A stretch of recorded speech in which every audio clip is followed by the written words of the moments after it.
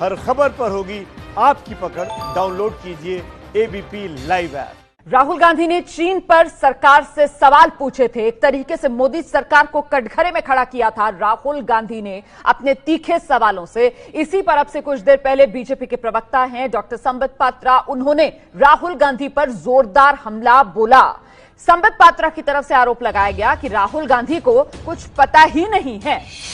इस समय देखिए जवानों की शहादत पर वार पलटवार का यह खेल चल रहा है राजनीतिक दलों में। कांग्रेस लगातार सवाल उठाती रही है, सरकार को घेरती रही है, सरकार की नीतियों को कांग्रेस की तरफ से जिम्मेदार माना गया।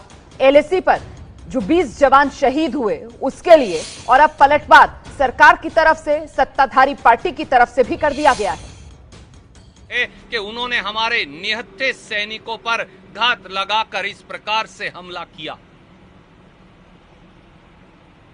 हमने कल भी कहा, मैं फिर दोहराता हूं, महासचिव संगठन और पार्टी की ओर से राहुल गांधी जी ने कहा, श्रीमती सोनिया गांधी जी ने कहा, पूरा देश क्षुब्ध है, आवेशित है, आक्रोशित है, पीड़ित है, गुस्से में है, परंतु पूरा देश एकजुट है।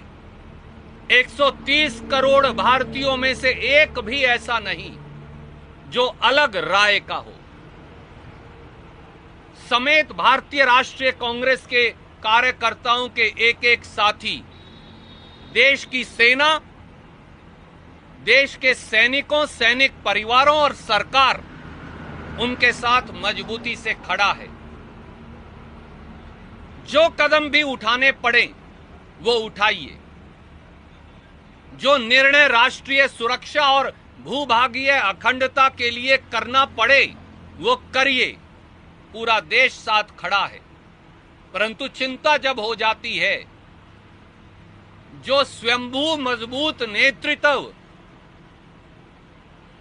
का ढोल पीटने वाले दिल्ली के हुक्मरान जब अपने होठ सील लेते हैं, जब देश के प्रधानमंत्री और रक्षा मंत्री के मुख से एक भी सांत्वना या आगे की नीति का कोई रास्ता या शब्द नहीं निकलता, तो देश के नेतृत्व पर सवाल उठता है।